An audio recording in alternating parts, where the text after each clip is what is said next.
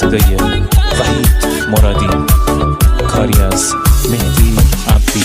پلنگ وحشی بی من دستیا کردی، یار جنگی من، شلوار پلنگی من، خالش و روزارم بر مسیا کردی، یار جنگی من، شلوار پلنگی من، حسی که به دایمت برگی برندوه، یار جنگی من، شلوار پلنگی من، این جنگی کاتی عاشقه تا که زندوه، یار جنگی من، شلوار پلنگی من. همه منطقه جنگ، فقط تیر و تفنگه، رگبار فشنگه، هر خمت ساریکا داره مثل پلنگه، آماده جنگه، آماده جنگه.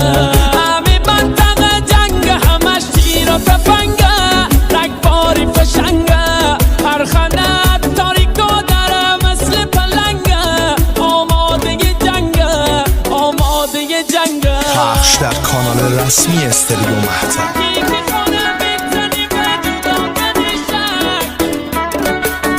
sevilmusic.com. جان دلبر پلنگ وحشی بی من مرا دستیا کردی، خلش و روزارم ببر مسیا کردی، یادش بخیر.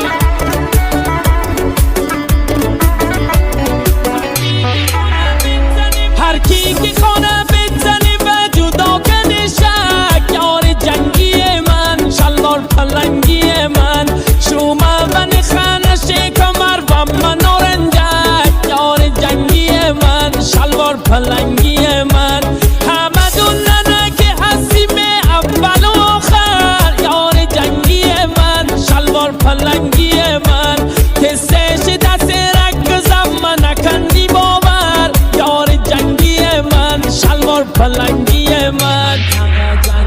همه منطقه جنگ، همش تیر و تفنگه، رگبار فشنگه، هر خنت تاریکا داره مثل پلنگه، آماده جنگه، آماده جنگه.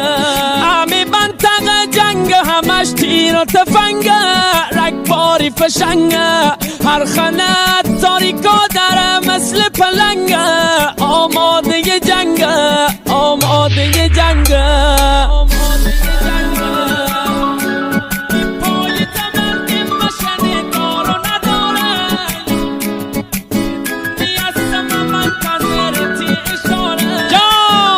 شیار جنگی دا، شلوار پلنگی دا، پای زمند مشن دار و نداره، یار جنگی من، شلوار پلنگی من، شدونی هستم منتظرتی اشاره، یار جنگی من، شلوار پلنگی من، اتارک داره به اسم غیرت خالی خوره، یار جنگی من، شلوار پلنگی من، همتی پیش بوری من قسمت تناب داره، یار جنگی من، شلوار پلنگی من. همه منطقه جنگ، فقط تیر و تفنگه، رگبار فشنگه، هر خمت ساریکا داره مثل پلنگه، آماده جنگه، آماده جنگه.